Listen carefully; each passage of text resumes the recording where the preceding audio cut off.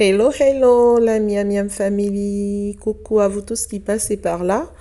Si c'est la première fois que vous découvrez la chaîne ou vous écoutez, voilà, vous voyez un de nos contenus, nous vous prions de vous abonner et de cliquer sur la cloche de notification en vous assurant bien de cliquer sur toutes les vidéos afin d'être prévenu chaque fois que nous postons du contenu. Merci à vous tous nombreux qui nous suivez depuis longtemps, à tous ceux qui nous ont rejoints récemment. Un grand merci parce que c'est grâce à vous que la chaîne existe. Aujourd'hui, nous allons parler de l'hyperprolactinémie.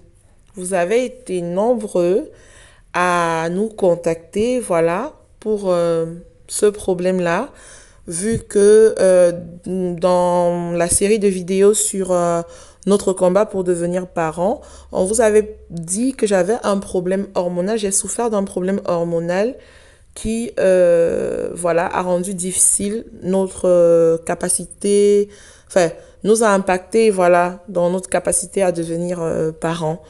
Et donc, beaucoup de personnes s'étaient reconnues dans l'histoire, en majorité des femmes.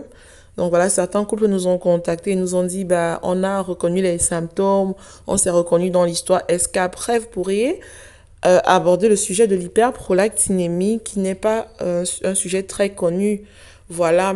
Et donc, on vous avait promis une vidéo. Et voilà, c'est aujourd'hui. Donc, on va parler de l'hyperprolactinémie.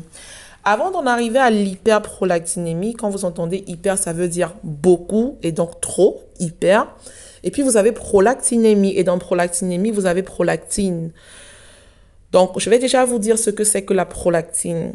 La prolactine, en fait, c'est une hormone, ok? Et elle est présente chez les hommes comme chez les femmes. Donc, hommes comme femmes, nous avons tous de la prolactine. Et le principal rôle de la prolactine, c'est vraiment d'assurer la production du lait maternel, ok? Son taux vraiment est très variable, en fait, selon les situations, les pathologies, voilà. Généralement, quand une femme est enceinte, dans les dernières semaines de grossesse, déjà à partir du sixième ou septième mois, cette hormone-là commence à être sécrétée de manière assez conséquente, voilà, pour préparer le corps à l'allaitement du bébé. Et une fois que le bébé naît, l'usine dans laquelle est fabriquée la prolactine, c'est le centre de toutes les hormones, c'est l'hypophyse, qui se situe quelque part dans votre tête, vers l'hypothalamus. Donc, l'hypophyse commence à dire, OK, donc je sens qu'il y a un bébé qui a tété le sein. Et donc, l'hypophyse dit, OK, on produit beaucoup plus de prolactine, histoire que le bébé ne manque jamais de lait. Et donc, au fur et à mesure, les taux de prolactine de la maman commencent à beaucoup monter. Vous avez la montée laiteuse et tout. Et donc, ça, c'est ce qu'on appelle l'hormone de la prolactine. Il faut déjà savoir aussi que les hormones représentent voilà, un élément important du moteur, voilà, du fonctionnement de notre organisme. Vous pouvez avoir un problème hormonal et présenter des symptômes tellement variés qui vous emmènent à consulter un neurologue, un ophtalmologue, un gynécologue, un dermatologue, un cardiologue, parce que peut-être vous souffrez de palpitations, parce que peut-être vous souffrez de névralgie, de ceci et de cela. Et vous allez voir, des fois, vous allez faire le tour des hôpitaux, le tour des spécialistes, et puis finalement, un jour, on va se rendre compte que non. En fait, il y a une hormone quelque part dans votre corps, mais quelle que soit l'hormone, hein, pas que de la prolactine, qui n'allait pas, qui n'était pas bien régulée, et à cause de ce dysfonctionnement-là, tous les autres effets ont été créés. Et une fois qu'on résout ce problème-là, on a résolu tous les autres problèmes. Donc, les hormones, réellement, c'est une des bases, hein. Il n'y a pas que le corps et le sang et le cerveau qui sont très importants pour le corps. Les hormones sont un facteur, mais on ne peut pas vivre sans ça. Sans le système hormonal, on est mort, en fait. On est mort parce que vous en avez besoin pour réguler vos émotions, réguler votre humeur, réguler votre température corporelle, faire pousser vos ongles, vos cheveux, réguler votre poids, la vue. Il y a beaucoup de choses. Les hormones interviennent à plusieurs niveaux dans le corps. Et donc, parmi toutes les hormones, parce qu'il y a tellement d'hormones dans le corps, il y a l'hormone de la prolactine que je vous ai définie donc tout à l'heure. Maintenant, quand on parle d'hyperprolactinémie, hyper, ça veut dire trop. Ça veut dire beaucoup, ça veut dire excessif. Ça veut dire que le corps est en train de produire la prolactine plus qu'il n'en faut et surtout plus qu'il n'en faut quand il n'en faut pas. Donc plus qu'il n'en faut et quand c'est pas nécessaire en fait. Et ça peut arriver chez les hommes comme chez les femmes. D'accord? Maintenant, ce que je pourrais vous dire, c'est que généralement aussi, comment je peux vous dire ça? Déjà, les symptômes, c'est quoi? OK? Quand vous allez produire beaucoup de prolactine, quand vous êtes en état d'hyperprolactinémie, il y a les hyperprolactinémies symptomatiques, donc qui présentent des symptômes, et des hyperprolactinémies asymptomatiques. Ça veut dire sans symptômes. Donc vous êtes là, vous faites de l'hyperprolactinémie, mais vous ne le savez pas. OK? Dans les symptômes voilà, de l'hyperprolactinémie, vous allez croiser des fois des personnes qui vont se plaindre d'avoir tout le temps mal à la tête. Il y a les troubles des règles chez les femmes. Donc, vous avez des dysménorrhées, des aménorrhées. Vous voyez, les règles qui viennent un point de temps en temps. Ça coule ce mois, le mois prochain, ça saute. Ça revient le mois d'après, puis ça saute 3 mois.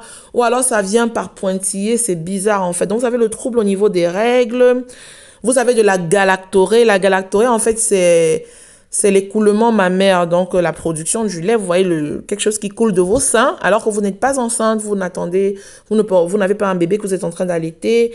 Il y a les troubles sexuels au niveau de la libido, vous avez des soucis, même les sécheresses au niveau vaginal, parce que toute cette machine-là au niveau sexuel aussi est conditionnée par les hormones.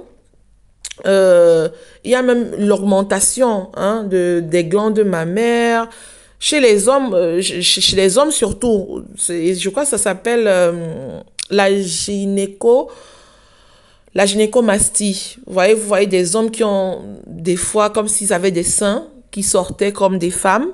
Ça aussi, c'est un des symptômes de l'hyperprolactinémie chez les hommes. Donc, il y a les symptômes variés. Des fois, vous avez même des soucis au niveau visuel, vous voyez. Vous avez des problèmes au niveau de la vue, vous comprenez pas ce qui se passe, avec beaucoup de maux de tête, les céphalées. Et quand vous avez beaucoup de maux de tête au niveau frontal et des difficultés peut-être à voir et tout ça, vous vous rendez compte que, ok, donc là, ça peut être des symptômes. Donc ça, c'est grosso modo, je suis pas médecin, mais je vous dis quand même grosso modo quels peuvent être, voilà, les symptômes en cas d'hyperprolactinémie.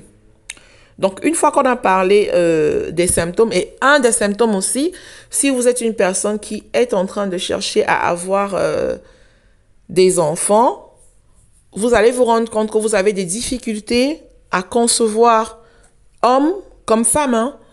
Et donc, ça peut aussi être un symptôme. Mais là, c'est quand vous êtes déjà au niveau des investigations que vous réalisez. OK, parce qu'un des symptômes, c'est du coup la stérilité en gros. Parce qu'il y a un cadre clinique dans lequel l'hyperprolactinémie malheureusement conduit à l'infertilité. Ben, si vous avez des règles qui viennent pas ou qui viennent pas régulièrement ou qui viennent tout le temps parce que vous êtes asymptomatique, mais derrière, il n'y a pas d'ovulation. C'est des fausses règles en fait, ou il y a une ovulation de mauvaise qualité. Donc, du coup, vous êtes stérile en fait. Vous avez l'air d'être normal, mais vous êtes stérile. Voilà. J'espère que j'utilise le langage adapté et que vous réussissez à me comprendre. Donc, on a dit que la prolactine, en gros, elle favorise la production du lait, voilà, chez la mère. Voilà, et elle va inhiber. Inhiber, ça veut dire qu'elle va stopper l'action de l'ovulation. D'accord? Et voilà, donc si elle stoppe l'action de l'ovulation, chez une femme qui n'a pas d'enfant, qui n'a pas encore d'enfant, qui désire avoir les enfants, sans ovulation ou avec une ovulation compromise, clairement, il ne peut pas y avoir de fécondation. Et pareil aussi, voilà, du côté de l'homme, ça peut engendrer aussi beaucoup d'autres troubles.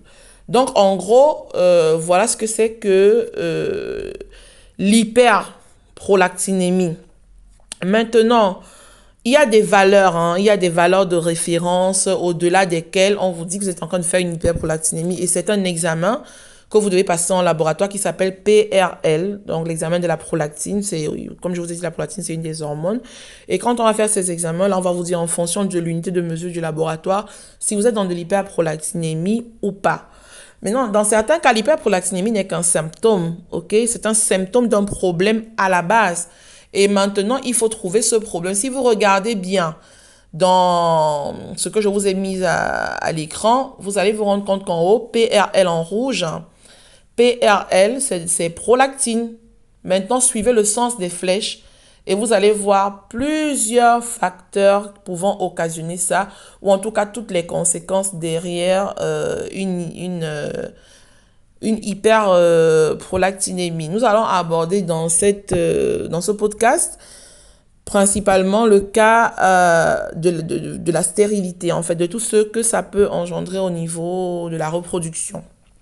Voilà, donc c'était la première partie.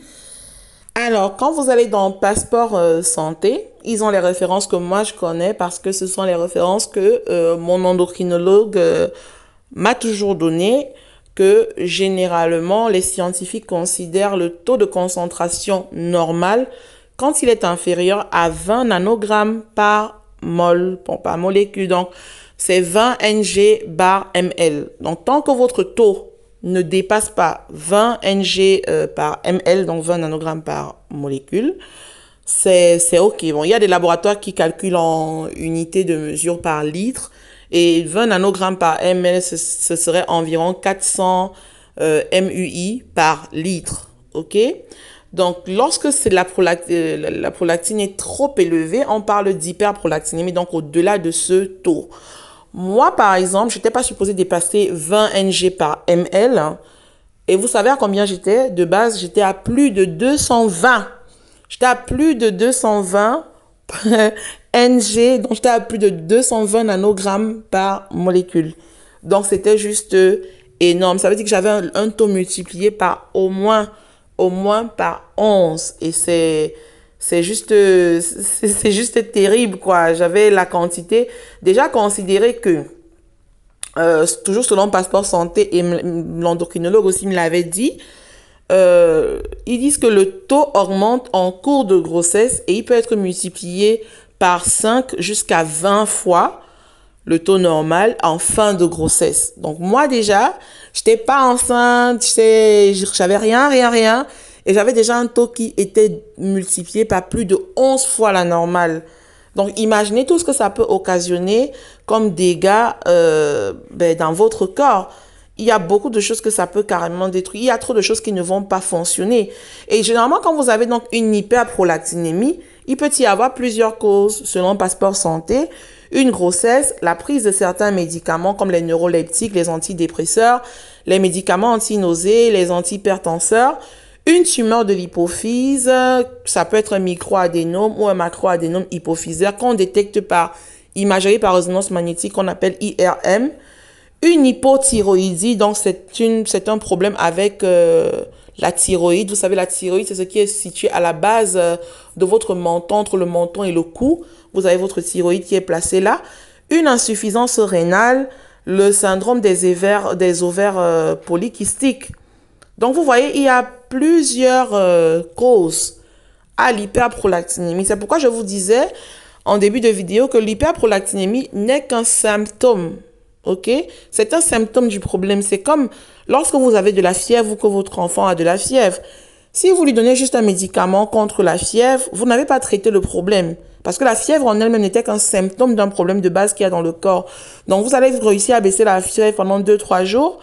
Au bout de 4-5 jours, l'enfant va recommencer à chauffer. Bien, vous allez recommencer à chauffer. Il faut approfondir pour savoir est-ce qu'il y a une bronchiolite en cours, est-ce qu'il y a de la typhoïde, est-ce qu'il y a une autre maladie.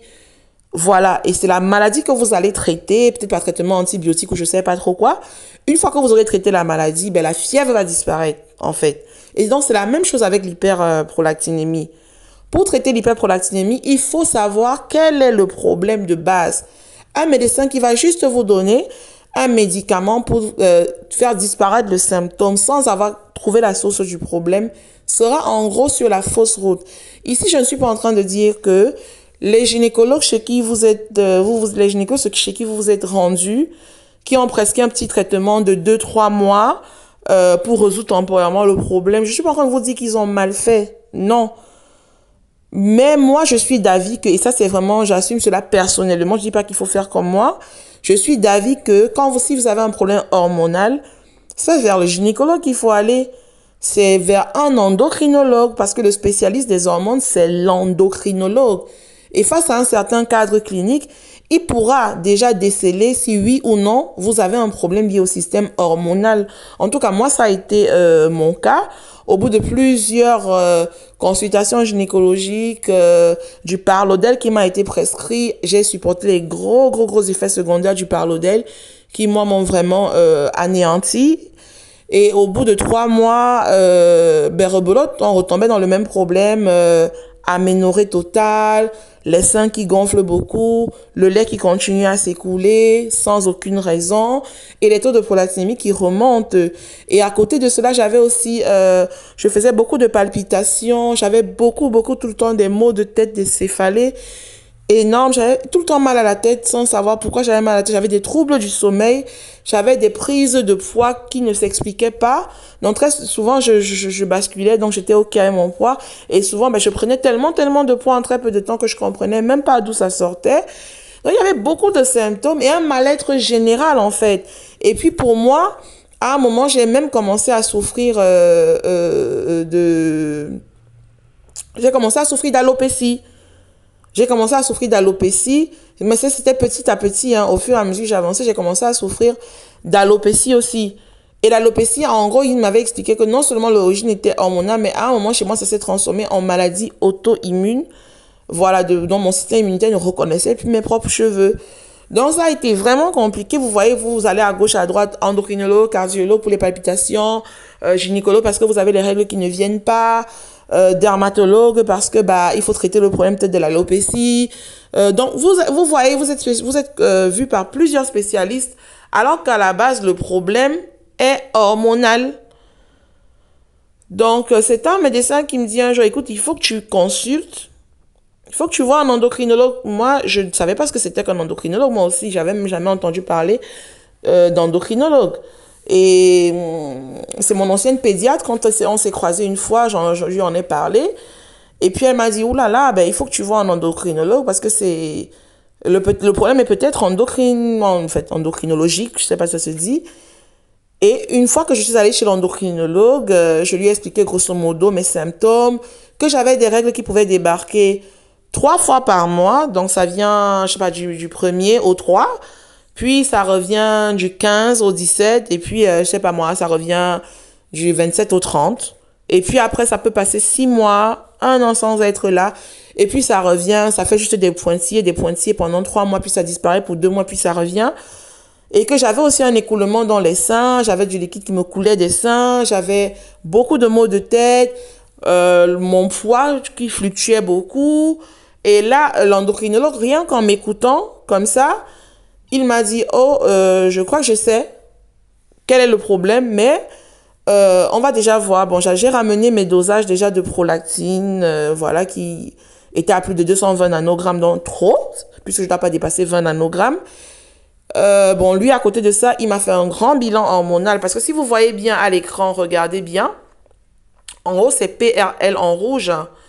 Et donc, à côté, on vous dit, est-ce que c'est du macro-PRL, c'est du PEG, et c'est des médicaments hyperprolactinémiants, parce qu'il y a des médicaments qui peuvent faire sécréter beaucoup de prolactine. Et voilà, est-ce qu'il y a un arrêt possible de ces médicaments? Donc ça, c'est une des causes aussi, n'est-ce pas? À côté, vous avez aussi une autre cause là au milieu de l'hyperestrogénie, donc c'est les œstrogènes. Les œstrogènes, voilà, donc vous pouvez faire de l'hyperestrogénie. Est-ce que c'est une grossesse? Est-ce que c'est un allaitement en cours? Est-ce que c'est une typologie de pilule? Est-ce que c'est des THS? THS, c'est ce qui concerne la thyroïde. THS, c'est les hormones de la thyroïde. Donc, pour savoir si votre thyroïde va bien, on va doser la THS qui est et vous avez vu l'hypothyroïdie peut vous faire avoir aussi l'hyperprolactinémie.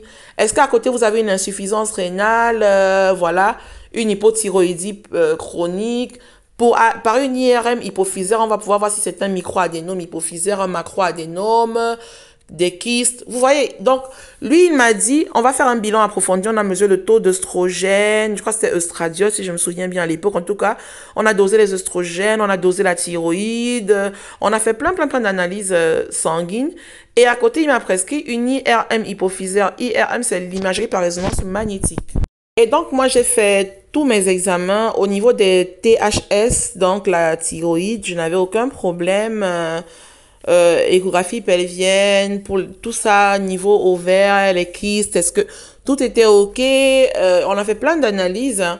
Et maintenant, quand on a fait l'IRM, qui est l'imagerie par résonance magnétique, on a vu chez moi, c'est peut-être pas le cas pour vous, ce sera peut-être pas le cas pour vous, que je souffrais d'un micro-adénome. Voilà, donc c'est une des causes. Vous voyez, quand vous regardez la flèche qui est sur la droite, vous avez, c'est écrit IRM hypophysaire. La flèche descend et ça vous indique, c'est pour découvrir où un micro-adénome ou un macro-adénome ou un kyste de la poche de Rathke ou une section de tige pituitaire. Pituitaire, c'est tout ce qui est hypophyse, hein, si je ne me trompe pas, ou des autres lésions HTLP. Voilà. Parce qu'il y a tout ce qui se passe au niveau de l'hypophyse là, qui peut voilà, engendrer l'hyperprolactinémie aussi. Donc voilà tout, donc vous avez le cadre complet des causes d'une hyperprolactinémie, ok? Si vous êtes enceinte, c'est normal que vous fassiez de l'hyperprolactinémie parce que votre corps va se préparer à allaiter un bébé. Si vous êtes en cours d'allaitement, c'est normal que vous soyez en hyperprolactinémie. Certaines pilules aussi peuvent créer ça. Mais à côté, vous avez tous les autres problèmes. Insuffisance rénale, hypothyroïdie, hyperœstrogénie, il y a des médicaments aussi qui peuvent, dans leurs effets secondaires, induire la prolactine élevée et tout. Donc, c'est pourquoi on va faire tout ça. On va situer vraiment un cadre clinique, faire tous les examens nécessaires pour comprendre pourquoi est-ce que vous faites cette hyperprolactinémie-là. Et dans mon cas, c'était à cause donc d'un micro-adénome. Donc, j'avais un micro-adénome au niveau de mon hypophyse, ce qui s'appelle un micro-prolactinome. Ça veut dire un micro-adénome à prolactine parce qu'il sécrète en fait. Dans d'autres cas, ça peut être un des problèmes, voilà, que je vous ai cité, que vous avez vu aussi à l'écran. Maintenant, moi, je vous ai dit, dans certains cas, c'est évident, comme le mien, parce que j'avais des symptômes. Donc, j'avais un écoulement mammaire, j'avais des problèmes avec des règles qui disparaissaient, qui réapparaissaient, qui faisaient des mois, qui partaient en voyage et tout ça. C'est mes règles, c'était comme ça. Et j'avais des problèmes voilà, mon poids qui fluctuait aussi beaucoup. J'avais beaucoup d'autres problèmes qui pouvaient justement reconduire à ça. Maintenant, il y a des personnes, hommes comme femmes, qui ne manifestent aucun symptôme. J'avais rencontré un homme dans la quarantaine, qui lui avait des maux de tête, des céphalées, ça s'appelle, mais des céphalées vraiment terribles, hein, qui ne partaient pas. Et il avait beaucoup de troubles de la vision, que l'ophtalmologue avait essayé de corriger comme il pouvait, avec des lunettes de correction et tout et tout. Il a traîné ça, il nous a dit pendant plus de 8 ans, quand finalement, quelqu'un lui a dit qu'il fallait voir un endocrinologue parce que peut-être le problème était hormonal, le monsieur était choqué parce qu'il ne faisait même pas comment ils appellent, il n'avait pas cette protubérance au niveau des seins parce que chez certains hommes qui souffrent de ce problème d'hyperprolactinémie, ils ont des seins qui ressortent un peu, voilà. Mais lui, il n'avait pas ce problème, il n'avait pas ce symptôme de seins qui ressortent. Il dit il est venu consulter juste comme ça en se disant, bon, on ne sait jamais. Et en effet, quand on lui a fait les examens, voilà, il y avait un problème chez lui. Vous comprenez? Donc, il y a des personnes qui sont asymptomatiques et des personnes qui sont symptomatiques. Chez certaines personnes asymptomatiques, surtout chez les femmes, le problème commence quand elles voudraient avoir des enfants et n'arrivent pas à en avoir. Parce qu'elle a tout fait, il n'y a pas de fécondation, il n'y a pas de conception, donc il n'y a jamais eu de retard de règle à cause d'une grossesse. Ou alors, chez d'autres femmes, ça peut être que elles réussissent à tomber enceinte, mais ça se solde toujours par une fausse couche. Ça se solde toujours par une fausse couche. Donc, déjà, au bout de 2 fausses couches, généralement, les médecins le disent, au bout de 2 fausses couches, il faut commencer à pousser les enquêtes un peu loin, les investigations médicales, pour comprendre les raisons pour lesquelles vous faites régulièrement des fausses couches. Et souvent, c'est à cette occasion que les femmes, ou parce qu'il y a trop de fausses couches, ou parce qu'il n'y a pas du tout de grossesse malgré tous les efforts, quand elles commencent à faire les bilans médicaux, c'est dans le bilan hormonal qu'on se rend compte que, oulala, On a fait la thyroïde, c'est OK. On a fait ceci, c'est OK. On a fait les oestrogènes, c'est OK. On a fait la prolactine, donc qui est PRL. Oh, là, on a remarqué qu'il y a quelque chose qui ne va pas. Et c'est souvent là que certaines femmes découvrent. Parce que comme je venais de vous le dire, il se peut que vous ayez vos règles, que vous n'ayez pas de lait au niveau des seins. C'est pas obligatoire. C'est pas obligé qu'il y ait du lait au niveau des seins ou un petit écoulement. Même il y a des femmes qui n'ont rien de tout ça et qui ont leurs règles chaque mois. Chaque mois. Mais ce que vous avez, c'est des règles écran. C'est des fausses règles en fait. Parce que pour qu'il y ait des règles, il faut qu'il y ait ovulation. Avec une hyperprolactinémie, généralement, où il n'y a pas ovulation, et c'est pourquoi je vous parle de fausses règles, donc c'est des règles mécaniques en fait. Le corps produit mécaniquement ces règles-là. Ou alors, c'est des règles de mauvaise qualité parce qu'il y a une ovulation de mauvaise qualité. Et quand vous parlez d'ovulation compromise, clairement, vous parlez aussi de fécondation, donc de capacité à procréer compromise.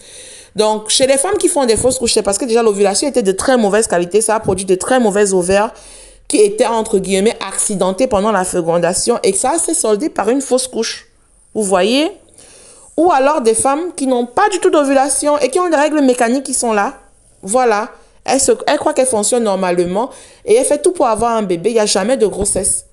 Donc, l'hyperprolactinémie vous rend techniquement stérile. Stérile. Alors, chez les gynécologues, et ils ne le font pas de mauvaise foi, avec tout le respect que je donne aux gynécologues, un gynécologue, généralement, c'est la plupart des cas, même les cas qui nous sont, en fait, qui nous sont revenus, et le nôtre aussi, les cas qui nous sont revenus ces temps-ci, c'est des couples qui sont allés voir le gynécologue, justement. On a poussé l'enquête un peu plus loin. Le gynécologue s'est rendu compte qu'il y avait une hyperprolactinémie. Et lui, qu'est-ce qu'il a fait? Il a sorti la bromocriptine. La bromocriptine, c'est le Parlodel. Le Parlodel, c'est juste le nom commercial. Le principe actif, c'est la bromocriptine. Donc, il leur a donné la bromocriptine, qui est le Parlodel. Il a dit, OK, un traitement de 3 mois, bromocriptine. Ça va faire que la prolactine rentre dans les taux normaux. Et comme ça, vous allez donc continuer à faire vos essais bébés et tout et tout. Le couple a respecté ça. Pendant 3 mois, la dame, elle a pris. Et il y a eu beaucoup de symptômes avec le Parlodel. C'est un médicament qui a de gros symptômes. En tout cas, moi, il m'a fait vraiment des symptômes terribles. J'ai très mal vécu ça. Et la dame, peut-être, elle va reprendre une autre grossesse qui va encore se solder par une fausse couche. Ou alors une grossesse qui va de toute façon jamais arriver. Et quand le gynécologue arrête au bout de quelques mois le traitement du Parlodel, ben rebelote. Les problèmes continuent. Le gynécologue n'est pas la figure adatta, c'est pas le professionnel, le spécialiste qu'il faut dans ces cas. Je vous demande pardon. Je sais qu'on a tendance à penser que dans ces cas, il faut voir un gynécologue, il faut voir un gynécologue. Non. Il faut voir un endocrinologue. Si vous avez une voiture qui ne fonctionne pas, vous l'emmenez chez le mécano, ok. Mais le mécano va faire ce qu'il peut. Mais si la voiture, elle a un problème d'électricité et qu'il n'est pas un mécanicien spécialisé en électricité, il ne pourra pas vous résoudre le problème. Il va tripoter la voiture un peu. 2 semaines plus tard, vous aurez les mêmes problèmes avec votre voiture. Donc, allez voir l'électromécanicien. Et dans ces cas-ci, allez voir le spécialiste des hormones qui est un endocrinologue. L'endocrinologue va vous faire un bilan complet. Parce que le gynécologue, ce qu'il a fait, il a traité en fait le symptôme du problème. Mais il ne sait pas quelle est la cause. OK? Et même quand il approfondit, il vaudrait mieux qu'il approfondisse en se coordonnant avec un endocrinologue. OK? Donc, vous voyez un endocrinologue qui, lui, va savoir quelle est l'origine du problème et il va traiter le problème dès la base. Et puis après, vous allez continuer avec le gynécologue. Il va s'entendre de pair avec l'endocrinologue pour vous suivre dans tout le processus, pour vous accompagner. Parce que oui, le problème est traitable. Ça peut prendre des années chez certaines femmes. Ça peut prendre juste quelques mois chez d'autres femmes. Ça peut être tellement plus compliqué que c'est une femme qui va devoir être beaucoup suivie jusqu'à ce qu'elle tombe enceinte pendant ses grossesses, même au moment de l'accouchement, même au niveau de l'allaitement. Malheureusement, chez certaines femmes, c'est comme ça. Et ça a été le cas pour moi puisque on vous a fait la série de vidéos sur notre combat pour devenir parent. On a fait une série de 11 vidéos où on vous a raconté tout notre parcours. Moi, malheureusement, ça a été un suivi sur tous les plans. Et puis voilà. Donc, je voulais juste vous rassurer avec ce podcast en vous disant que si vous vous retrouvez dans ces cas de figure, n'ayez pas peur, ok? Le problème est traitable. Chez moi, la bromocriptine, le Parlodel n'a pas marché. J'ai eu beaucoup de symptômes et quand on l'arrêtait au bout de quelques mois, comme le médecin demandait, ben, tout repartait à zéro. Donc, c'est quand j'ai consulté un endocrinologue que tout est rentré dans l'ordre pour moi. Il a vu quelle était la cause du problème. Il m'a prescrit de la cabergoline. La cabergoline, en fait, c'est le Dostinex. C'est le nom commercial. Le nom commercial, c'est Dostinex. Et le principe actif, c'est la cabergoline. OK? Et déjà, c'était contrairement au Parlodel que je devais prendre demi-comprimé 3 fois par jour. Je me rappelle plus un comprimé 2 fois par jour. Avec le Dostinex, qui est la cabergoline, je devais le prendre qu'une fois par semaine. Et moi, je vous dis, déjà, au bout de 6 semaines, les choses étaient tellement rentrées dans l'ordre qu'à la 8e semaine, j'avais mon cycle qui était revenu et j'avais des règles régulières et j'avais plus de grosses céphalées. Donc, il y a beaucoup de choses qui rentraient dans l'ordre. Et petit à petit, je vous ai raconté le reste du parcours dans la série de vidéos de notre combat pour avoir un bébé. Et voilà. Ça a été difficile? Oui, ça l'a été. Est-ce qu'on a eu des fausses couches? Oui, on a perdu 4 bébés. Est-ce qu'on a eu beaucoup de complications? Oui, j'ai eu des grossesses énormément à risque, des gros risques à cause de ce problème-là, malheureusement. Mes allaitements aussi ont été très suivis. Et le micro-adénome, chez moi, s'est soldé en macro-adénome déjà après mon premier bébé. Donc, je vous encourage fortement, si vous remarquez que vous avez un écoulement mammaire, même léger, même un tout petit peu, si vous remarquez que vous avez des règles qui disparaissent pendant plusieurs mois, qui reviennent, ou qui viennent trop régulièrement, ou qui font juste des pointillés, si vous constatez que vous avez un problème au niveau du cycle menstruel, c'est généralement des dysménorrhées, des aménorrhées comme ça. Si vous constatez, par exemple, parce que vous n'avez aucun symptôme du tout, que ça fait plusieurs mois que vous essayez d'avoir un enfant, ça fait 1 an déjà complet. Au bout d'1 an d'essai plein, vous avez fait tout ce qu'il fallait pour avoir un bébé, il n'y en a pas. Si vous constatez par exemple que vous avez déjà fait 2 fausses couches sans aucune explication et tout, essayez de consulter un endocrinologue, ok? L'endocrinologue vous fait un bilan hormonal et selon comment le bilan hormonal est, l'endocrinologue saura s'il faut approfondir. Est-ce qu'il faut faire une imagerie par résonance magnétique? Est-ce qu'il faut faire d'autres investigations? Ok? C'est vraiment chaque cas est spécifique. Toutes les femmes qui souffrent d'hyperprolactinémie n'ont pas forcément un micro-adénome comme moi. C'était le cas pour moi. Toutes les femmes qui souffrent d'hyperprolactinémie n'ont même pas forcément des symptômes. OK? Donc, faites quand même un bilan hormonal. D'accord?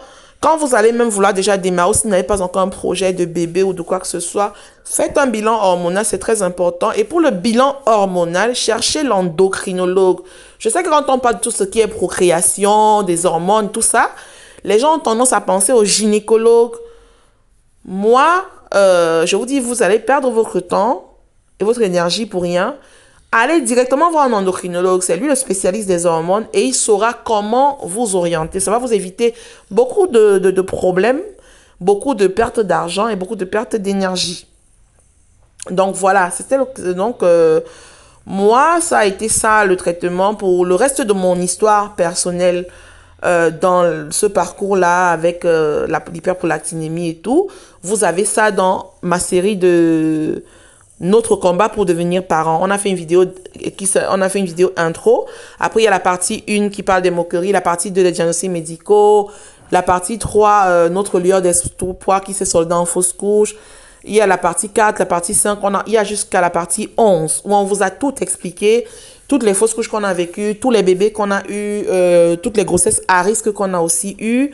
La mise en marche des allaitements, les fois où ils ont dit qu'il fallait peut-être pas allaiter parce que oui, malheureusement, si vous souffrez d'adénome hypophysaire, hein, la grossesse peut aggraver votre adénome. Donc peut-être vous pouvez partir d'un petit adénome, ça devient gros pendant la grossesse ou juste après la grossesse.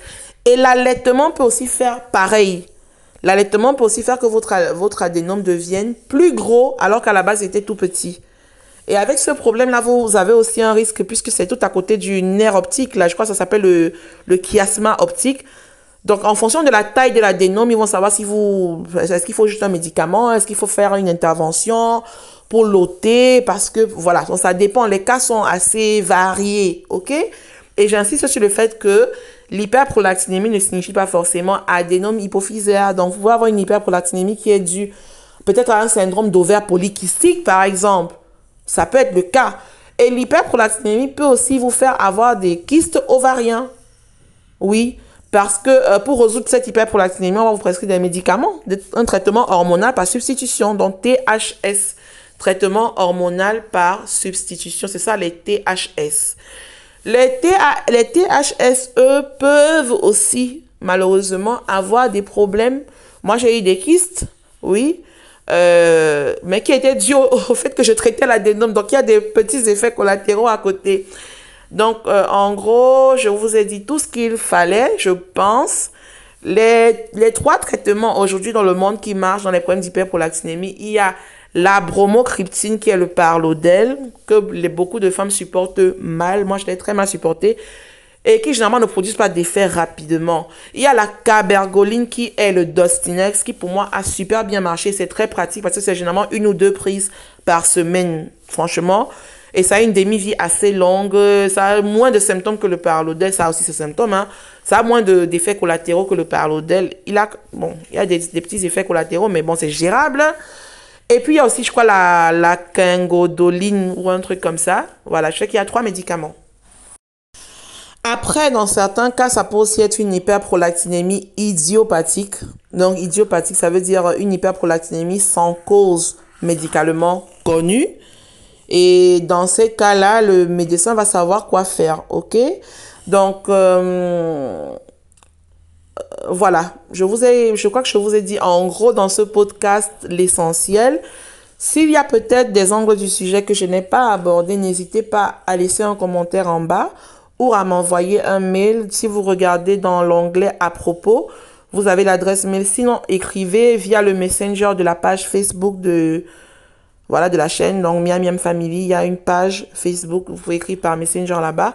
Sinon, nous envoyer un mail ou alors laisser un commentaire en bas de cette vidéo.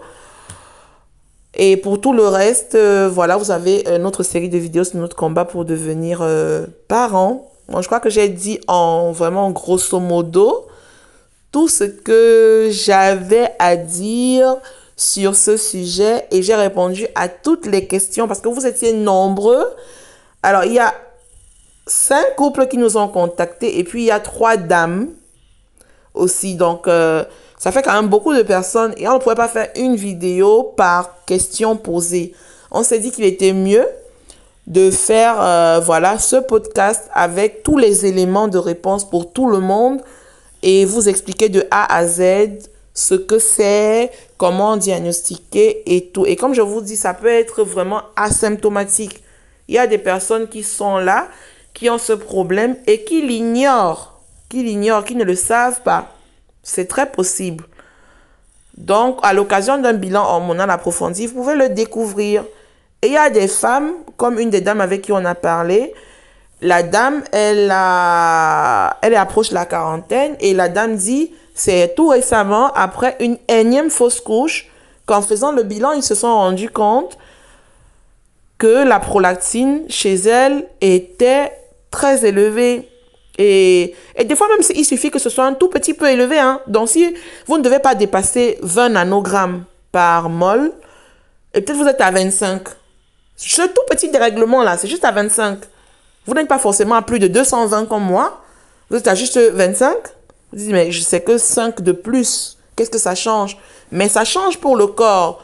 C'est comme si on vous disait, il y a une machine qui fonctionne et cette machine-là, pour fonctionner, elle a besoin de 2 litres d'essence à tout prix pour fonctionner. Si vous mettez 1,8 litres d'essence, la machine ne fonctionne pas. Ou elle ne fonctionne pas de manière optimale. Elle fonctionne peut-être en faisant du bruit, ou elle fonctionne peut-être, je sais pas moi, mais elle va pas bien fonctionner dans tous les cas. Donc pour fonctionner, il lui faut vraiment les 2 litres de carburant. Si vous mettez 1,8 litres ou 2,2 litres, la machine ne va pas fonctionner. Peut-être qu'elle va commencer à perdre du liquide, peut-être qu'elle va commencer à faire du bruit, peut-être que ça va commencer à avoir une odeur de brûlé, peut-être parce que, voilà. Donc c'est aussi pareil hein, pour le corps. Et notez que les hormones représentent une base fondamentale pour votre vie. Sans les hormones, en fait, vous mourrez, hein. Si les hormones ne sont pas bien régulées, vous mourrez. Donc, il y a beaucoup de problèmes qui peuvent être évités en traitant un dérèglement hormonal. Voilà. Je crois qu'on arrive à la fin de ce podcast. Je vous demande pardon si je me suis un peu étendue à gauche et à droite. J'ai essayé de synthétiser comme je pouvais. C'est des choses scientifiques.